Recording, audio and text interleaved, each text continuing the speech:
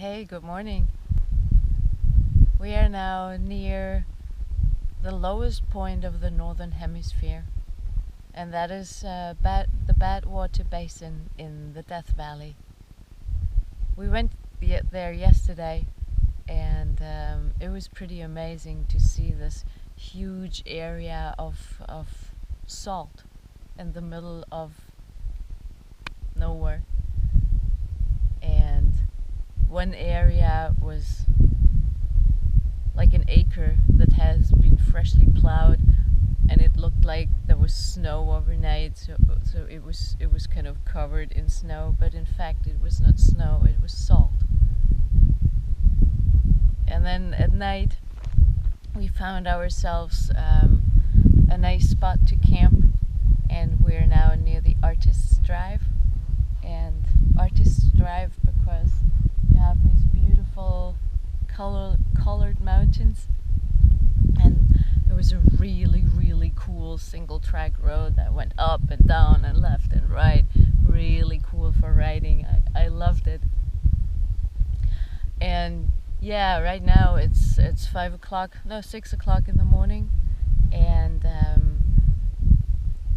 the further south we got in the Death Valley, the hotter it got. During daytime we have temperatures of around 40 degrees, so that means get up early, like at 4 o'clock, and start riding early, and then stop riding around noontime or a little bit before, when it gets boiling hot. Take a nap, do a siesta, and then continue riding in the afternoon hours.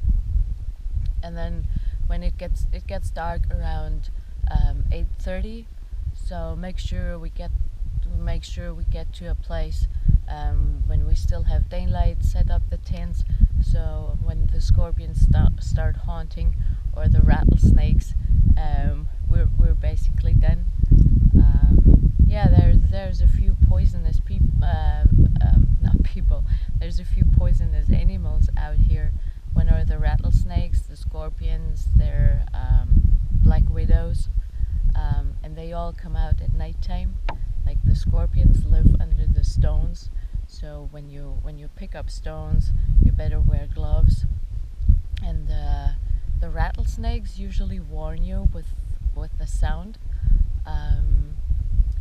And yeah, the best way is to always wear a headlight or a torch in your hand, and scan the ground in front of you to make sure that there are none of these animals. So far we haven't seen any of them, but we have seen others, like butterflies, colibri birds that kind of zigzag through the air as if they were in a computer game or something.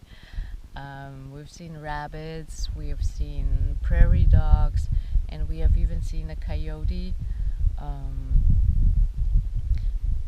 Yeah, that was pretty exciting. And yeah, what else is special in the desert? Of course, you need to think about stocking up your supplies, like especially water and food. There are not many places in this huge area of the Death Valley where you can buy stuff. And there are signs everywhere that you should drink at least a gallon of water every day, which is almost 4 liters. But of course, when you're active, you need a lot more.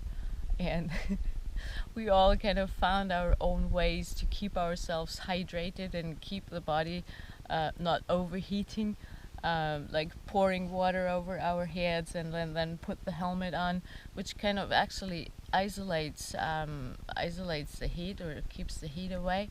And then with wet hair underneath, it keeps you fresh for a little while, whereas your clothes will be dry within 2 minutes or so.